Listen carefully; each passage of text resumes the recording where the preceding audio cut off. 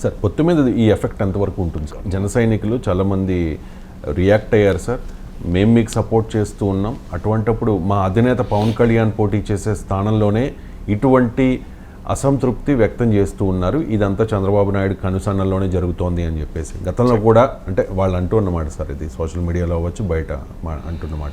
గతంలో కూడా ఇలాగే చేసి భారతీయ జనతా పార్టీ నాయకులకు టికెట్లు ఇచ్చినట్టు ఇచ్చి అక్కడ రెబల్ అభ్యర్థుల్ని బరిలోకి దింపి వాళ్ళకి బీ ఫార్మ్స్ కూడా ఇచ్చారు. ఇప్పుడు కూడా వర్మన్ రెచ్చగొడుతోంది టీడీపీ అధిష్టానమే అనేది వారి వాదన. ఇలా అయితే మేము సపోర్ట్ చేయము, మిగిలిన 140 ఇవాళ జనసేన అవసరం టీడీపీకి ఇంత ఉండగా, పవన్ కళ్యాణ్ అవసరం ఇంత ఉండగా చంద్రబాబు నాయుడే రెచ్చగొడతారంటే దానికన్నా అవివేకమైన స్టేట్మెంట్ ఇంకోటి ఉండదు. సో చంద్రబాబు నాయుడుకి ఇవాళ పవన్ కళ్యాణ్ అవసరం ఉందా లేదా, జనసేన అవసరం ఉందా లేదా టీడీపీకి?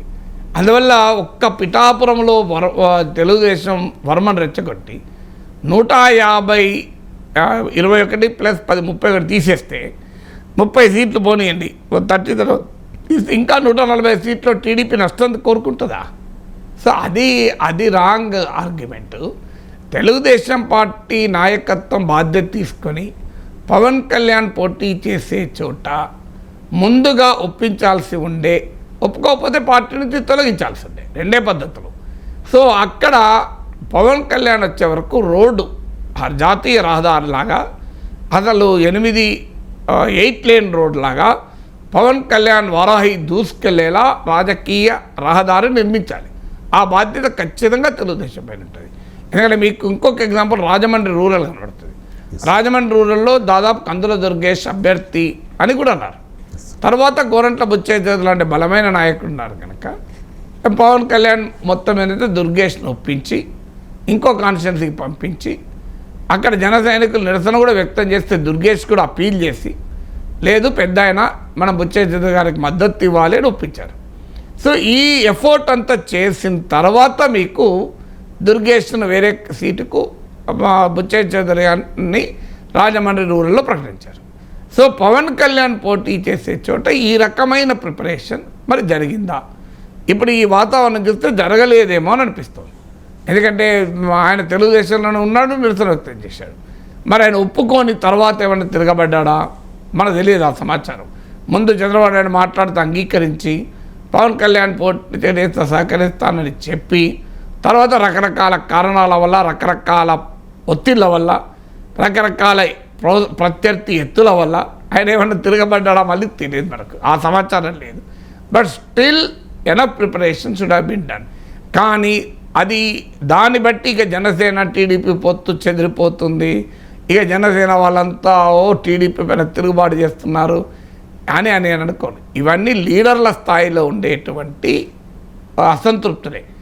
కింద క్షేత్రస్థాయిలో ఓటు వేసే స్థాయిలో ఈ ప్రభావం ఉంటుందని అనుకోను. అందువల్ల ఓవరాల్గా పెద్ద ఎత్తునప్పుడు పవన్ కళ్యాణ్కు టీడీపీ పవన్ కళ్యాణ్కు వ్యతిరేకంగా ఇంకో అభ్యర్థి బీఫారం ఇస్తే అసలు పొత్తే ఉండదు కదా. అయితే తెలుగుదేశం పార్టీ గతంలో అనేక సందర్భాల్లో మిత్రపక్షాలను టికెట్లు ఇచ్చి మళ్ళీ అక్కడ సొంత పార్టీ వాళ్ళ ఒత్తిళ్ళ వల్ల వాళ్ళకి బీఫారంలు ఇచ్చిన సందర్భాలు అయితే ఉన్నాయి, అందులో అనుమానం లేదు. ఉమ్మడి రాష్ట్రంలో ఉన్నాయి, విడిపోయిన రాష్ట్రంలో కూడా ఉన్నాయి. కానీ పవన్ కళ్యాణ్ విషయంలో అంతటి అవివేకమైన పని తెలుగుదేశం చేస్తుంది అనుకోను. పవన్ కళ్యాణ్కి వ్యతిరేకంగానే టీడీపీ ఇంకోరికి బీఫార్మ్ ఇస్తే పొత్తెక్కడదండి. సో కర్ణుడే పక్క జరిగితే దుర్యోధనుడు యుద్ధం చేసేవాడు అన్నట్టు ఉంటుంది ఇప్పుడు. అందులో అంటే ఇక్కడ ఇందులో ఎవరు కర్ణుడు ఎవరు దుర్యోధనుడు అని కాదు, అలా అర్థం చేసుకోవద్దు. సో అర్జునుడు లేకపోతే మీకు ధర్మరాజు యుద్ధం చేయగలడా? సో అర్జునుడు లేని ధర్మరాజు యుద్ధం చేయలేడు, కర్ణుడు లేని దుర్యోధనుడు యుద్ధం చేయలేడు. అలాంటి రాజకీయ పరిస్థితులు ఉన్నప్పుడు సో పవన్ కళ్యాణ్ దెబ్బతీయడానికి చంద్రబాబే కుట్ర పన్నుతాడు అని చెప్పడం ఖచ్చితంగా తప్పు. అంటే పవన్ లేని చంద్రబాబు, చంద్రబాబు లేని పవన్ జగన్ని ఓడించలేరు. అది వాళ్ళు బహిరంగానే చెప్తుంది కదా. నేను చెప్పేది ఏమన్నా అలా వైసీపీ వ్యతిరేక ఓటు చీరకూడదు, అందరం కలిస్తేనే జగన్ ఓడించిన నినగామన చంద్రబాబు నాయుడు స్టేట్మెంట్ కూడా ఉంది కదా. సో పవన్ కళ్యాణ్ స్టేట్మెంట్ చంద్రబాబు నాయుడు మనం చెప్పే విశ్లేషణ వాళ్ళే చెప్తున్నారు కదా. లేకపోతే ఎందుకు కలుస్తారండి 3 పార్టీలు కలుస్తున్నాయంటేనే ముగ్గురం కలిసి ఎదుర్కోవాలనే కదా, లేకపోతే ఎందుకు కలుస్తారు? వేరే రీజనే ఉండదు కదా. సో ఎవరైనా తెలుగుదేశం పార్టీకి బ్రహ్మాండమైన ఊపు ఉంటే 170 సీట్లలో ఎందుకని 8 పార్లమెంట్ సీట్లు ఒక 30కి పైగా అసెంబ్లీ సీట్లు ఎందుకు వదులుకుంటుందండి ఏ పార్టీ అయినా? ఇదొకటే కాదు కదా, రేపు ఎమ్మెల్సీ సీట్లు వదులుకోవాలి, రాజ్యసభ సీట్లు వదులుకోవాలి, స్థానిక సంస్థల్లో వదులుకోవాలి. ఈ ఒక్క దగ్గర వదులుకుంటే సరిపోదు కదా, అంతటా కూడా వదులుకోవాలి కదా. ఏ పార్టీ అట్లా వదులుకోదు. తన సొంతగా గెలవగలిగే స్ట్రెంత్ ఉంటే ఏ పార్టీ కూడా తనకుండే అవకాశాలు వదులుకోదు కదా.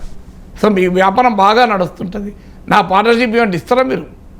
సో మీ వ్యాపారం బాగా నడుస్తుంది సార్, నేను కూడా వాళ్ళ సంపాదించుకుంటా అంటే నా వల్ల కూడా మీకు లాభం ఉంటేనే ఇస్తారు, విన్ విన్ సిచ్యువేషన్ ఉంటేనే ఇస్తారు కదా.